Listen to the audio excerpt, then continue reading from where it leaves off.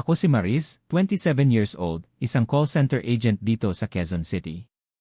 Gusto ko lang i-share ang kwento ng buhay at pag-ibig ko na hanggang ngayon ay parang pelikula pa rin sa isipan ko. Hindi ako mahilig lumabas ng bahay. Wala akong gaanong kaibigan kasi simula pa bata ako, mahiyain na talaga ako. Pero nagbago ang lahat nang dumating siya sa buhay ko. Si Tonton. Nakilala ko siya sa isang simpleng paraan. Isang araw, umuulan ng malakas.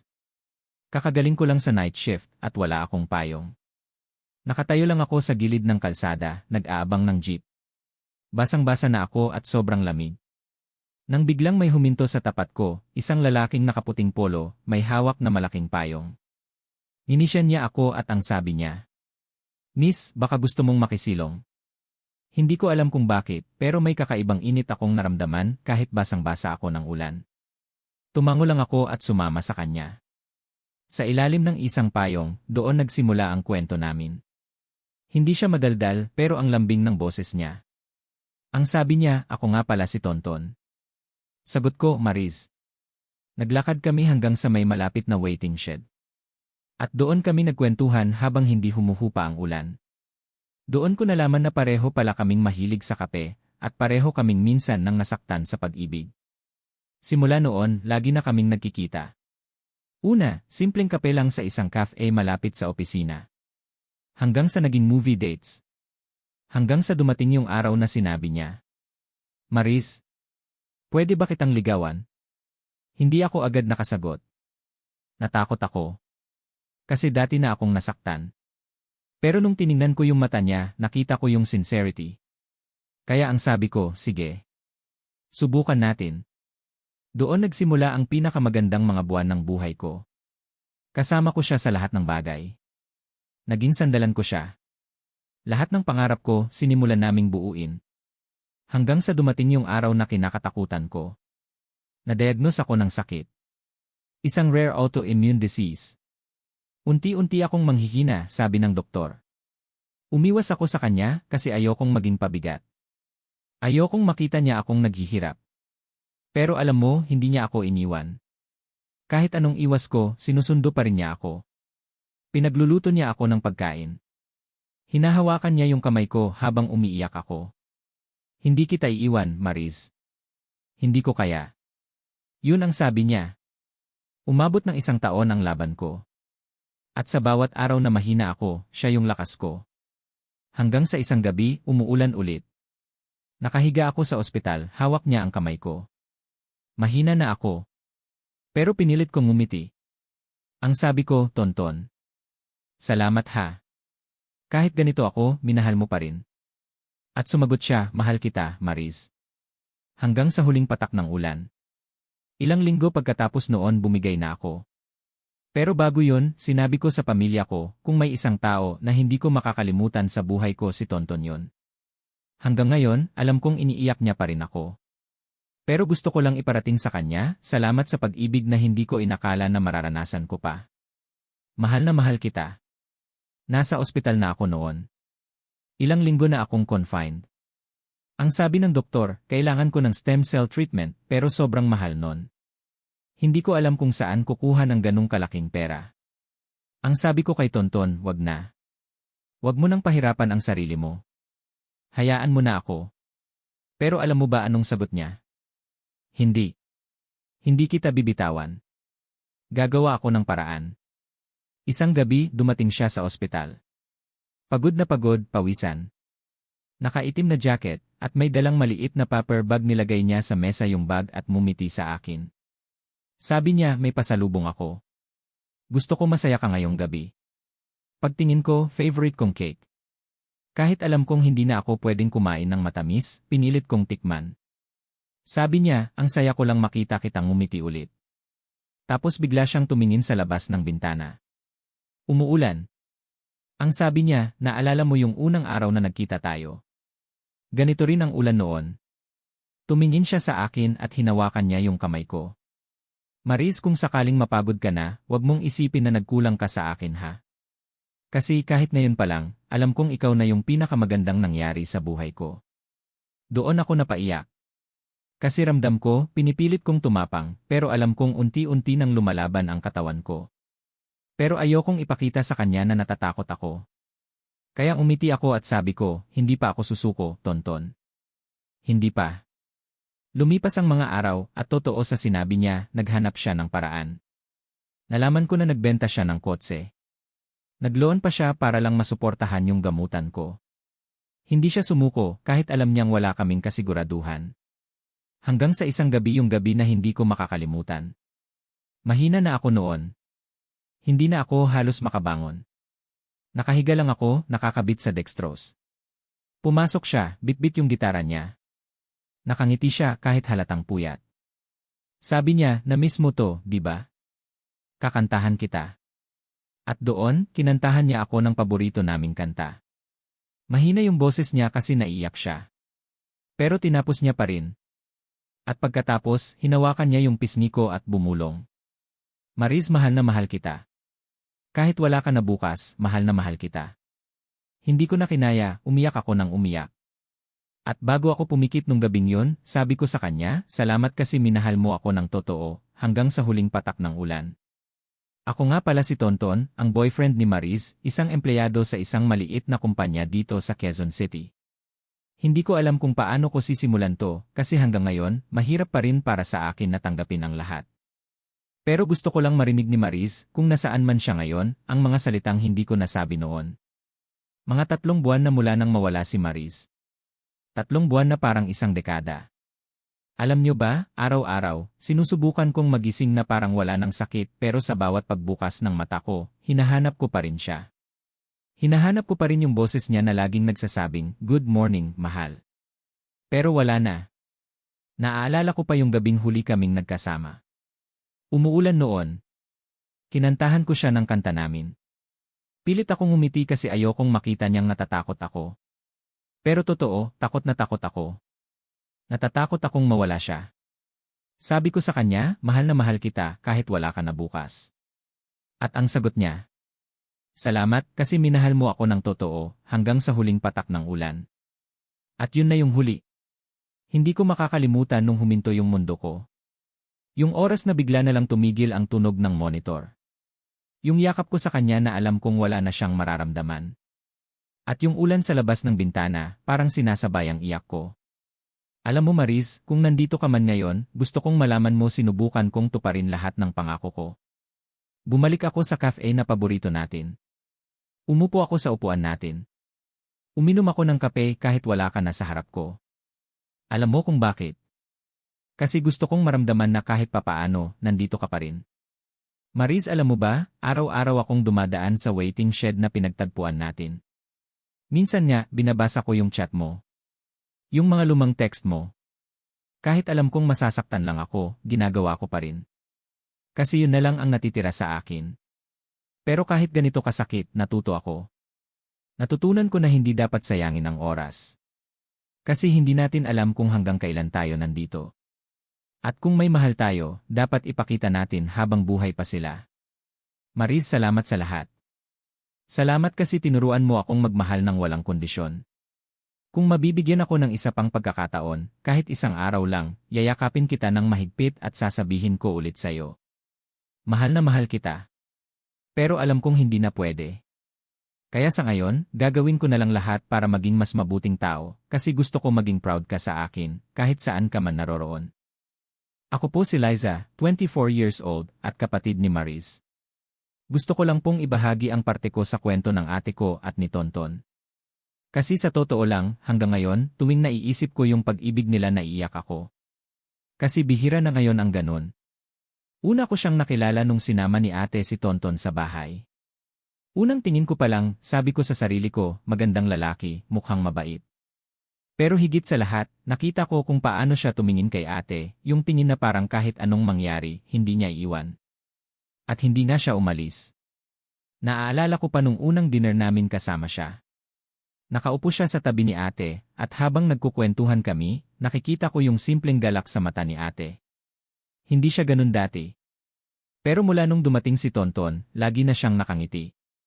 Sabi ko pa nga noon, ate, ito na ba si future kuya? Napatawa sila pareho. At sagot ni Tonton kung papayag siya.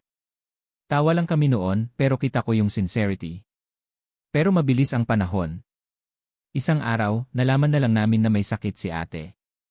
At sa lahat ng panahon na mahirap para sa pamilya namin, nandyan si Tonton. Walang reklamo. Kahit madaling araw, siya ang kasama ni ate sa ospital. Siya ang nagbabantay. Siya ang nag-aalaga.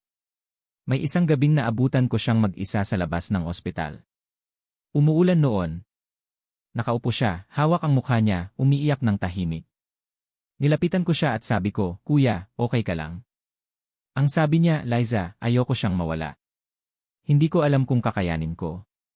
Doon ko naramdaman na hindi lang basta relasyon ang meron sila. Totoo, yung klase ng pag-ibig na handang ibigay lahat. Nung huling gabi ni ate nakita ko lahat. Hinawakan ni Tonton ang kamay niya hanggang sa dulo. Umiyak siya pero hindi siya umalis. At bago pumikit si ate, umiti siya at nagsabi ng salitang hindi ko makakalimutan, "Salamat kasi minahal mo ako ng totoo." Pagkatapos noon, nakita ko si Tonton halos gumuho.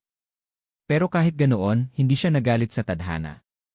Sabi lang niya hanggang sa huling patak ng ulan, "Liza." Hanggang doon, siya lang. 3 buwan na mula nang mawala si ate. Pero alam niyo ba, si Tonton minsan bumibisita pa rin dito sa bahay. Kumakain kasama namin, nagkukwento. At paminsan, nadidinig ko siyang nakatingin sa langit at sinasabi, "Mariz, mahal pa rin kita. Hindi ako nagsusulat para paiyakin kayo.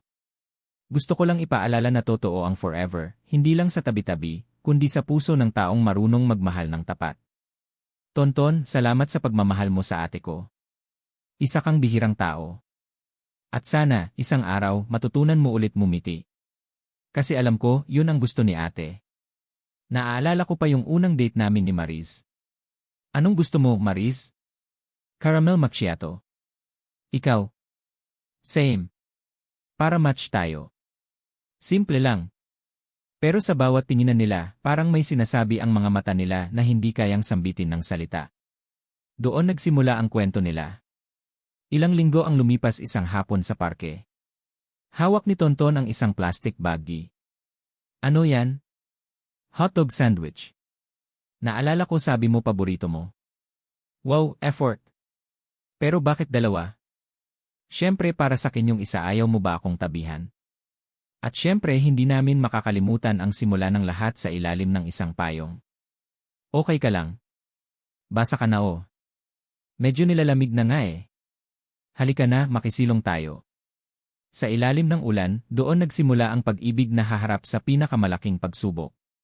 May mga araw din na parang wala kaming problema. Katulad nung road trip namin papuntang Tagaytay. Tonton, ang ganda ng view oh. Mas maganda ka pa rin dyan. Nako, ang corny mo talaga. Corny na kung corny basta ikaw ang mahalaga. Hindi namin alam ilang buwan lang mula noon magbabago ang lahat. Naiiyak ako kapag naaalala ko mga masasayang moments namin ni Mariz. Akala ko noon hindi na ako makakabangon. Akala ko hindi ko na kayang ngumiti ulit. Pero isang taon ang lumipas, heto ako humihinga pa rin. Hindi dahil nakalimot ako, kundi dahil natutunan kong mabuhay para sa alaala niya. Naalala ko pa yung huling pangarap namin, magtayo ng maliit na coffee shop. Mahilig kami pareho sa kape, at lagi niyang sinasabi, "Mahal, balang araw, magkakaroon tayo ng cafe na puno ng mga alaala." Kaya alam niyo ba, tinupad ko yon. Yes, isang maliit na coffee shop, sa lugar kung saan kami unang nagkita, malapit sa waiting shed na sinilungan namin nung unang umulan. Pinangalanan ko itong Sa Gitna ng Ulan. At sa bawat mesa, may maliit na papel kung saan pwedeng magsulat ang mga tao ng kwento nila, masaya man o malungkot. Kasi naniniwala ako na bawat pag-ibig may karapatan na marinig. Kagaya ng amin ni Mariz. Minsan, habang nag-aasikaso ako, may mga magkasintahan na pumapasok. At sa bawat halakhak na naririnig ko, naiisip ko si Mariz. Hindi na ako umiiyak pero minsan napapangiti ako. Kasi alam ko masaya siya para sa akin. Alam nyo, minsan sumisilip ako sa bintana kapag umuulan. At naiisip ko baka nandyan siya, nakikinig, nakatingin. At sinasabi niya sa akin, "Mahal, proud ako sa'yo." Mariz, kung nasaan ka man ngayon, gusto kong malaman mo, tinupad ko yung pangako ko. Nagpatuloy ako. At hindi ibig sabihin nun nakalimutan kita. Kasi hindi kita makakalimutan kahit kailan. Pero gusto kong malaman mo na mahal ko pa rin ang buhay, hindi dahil wala ka, kundi dahil natutunan mo akong mahalin kahit alam mong iwan mo ako.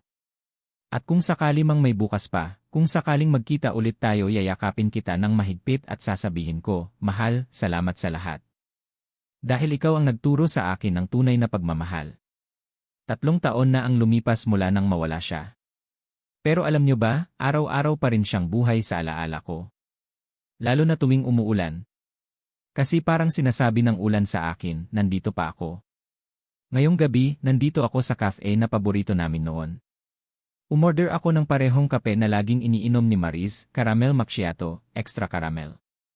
At habang nakaupo ako dito, napatingin ako sa tabi. Wala na siya, pero ramdam ko pa rin yung presensya niya.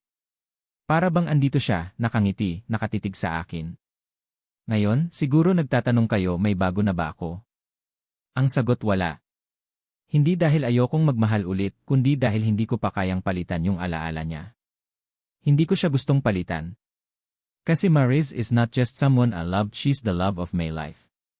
Pero hindi ako titigil sa pag-asa. Hindi ko alam kung totoo ang reincarnation o muling pagkikita sa kabilang buhay, pero sa puso ko, alam kong darating ang araw na makikita ko ulit siya. At pag dumating yun, yayakapin ko siya ng mahigpit at sasabihin ko, mahal, salamat sa paghihintay. Alam nyo ba, minsan naiisip ko yung mga simpleng araw namin. Yung mga gabi na sabay kaming umuwi, nagkukwentuhan habang naglalakad sa ilalim ng ulan. Yung mga tawanan namin kahit walang dahilan. Yung mga plano namin, simple lang naman. Magpatayo ng maliit na bahay, magtanim ng halaman, mag-alaga ng aso. Ngayon, lahat ng iyon naiwan sa plano. Pero hindi ako galit. Kasi kahit hindi natupad, masaya ako na nakilala ko siya. Maris, kung naririnig mo ako, sana masaya ka kung nasaan ka man. At salamat kasi dahil sa'yo, natutunan kong magmahal ng totoo, kung may bukas pa para sa ating dalawa, kahit sa kabilang buhay, hihintayin kita. At para sa lahat ng nakikinig ngayon, kung may mahal kayo, yakapin nyo sila. Huwag niyong ipagpaliban ang salitang mahal kita. Kasi minsan hindi na nauulit ang pagkakataon. Isang araw ng Hunyo, umuulan ulit. Parehong-pareho ng panahon noong unang nagtagpo kami, hawak ang bulaklak habang naglalakad ako papuntang sementeryo. Sa kanang kamay, may maliit na sulat na isinulat ko buong gabi. Maris, ilang taon na. Pero para sa akin, parang kahapon lang. Dinala ko yung paborito mong bulaklak at yung kape na lagi mong iniinom. Alam mo, sinubukan kong umiti ulit. Sinubukan kong bumangon. Pero lagi kong binabalikan yung alaala natin. At okay lang sa akin. Kasi alam kong habang buhay ikaw at ako, may kwento na hindi mawawala. Kwento na hanggang sa huling patak ng ulan ikaw lang. Naririnig ko sa isip ko ang boses ni Maris. Salamat, Tonton, kasi minahal mo ako ng totoo. Umiti ako kahit nangingilid ang luha. Umupo ako sa tabi ng puntod at habang tumutunog ang ulan, binasa ko ang sulat. Mahal kong Maris, hindi kita nakalimutan. Hindi kita makakalimutan. Hanggang sa araw na magkita tayo ulit, dadalhin ko sa puso ko ang bawat ngiti, bawat tawa, at bawat patak ng ulan na nagpapaalala sa atin. Hanggang sa huli ikaw lang. Hanggang dito na lang ang aming kwento ni Maris. Nagmamahal. Tonton.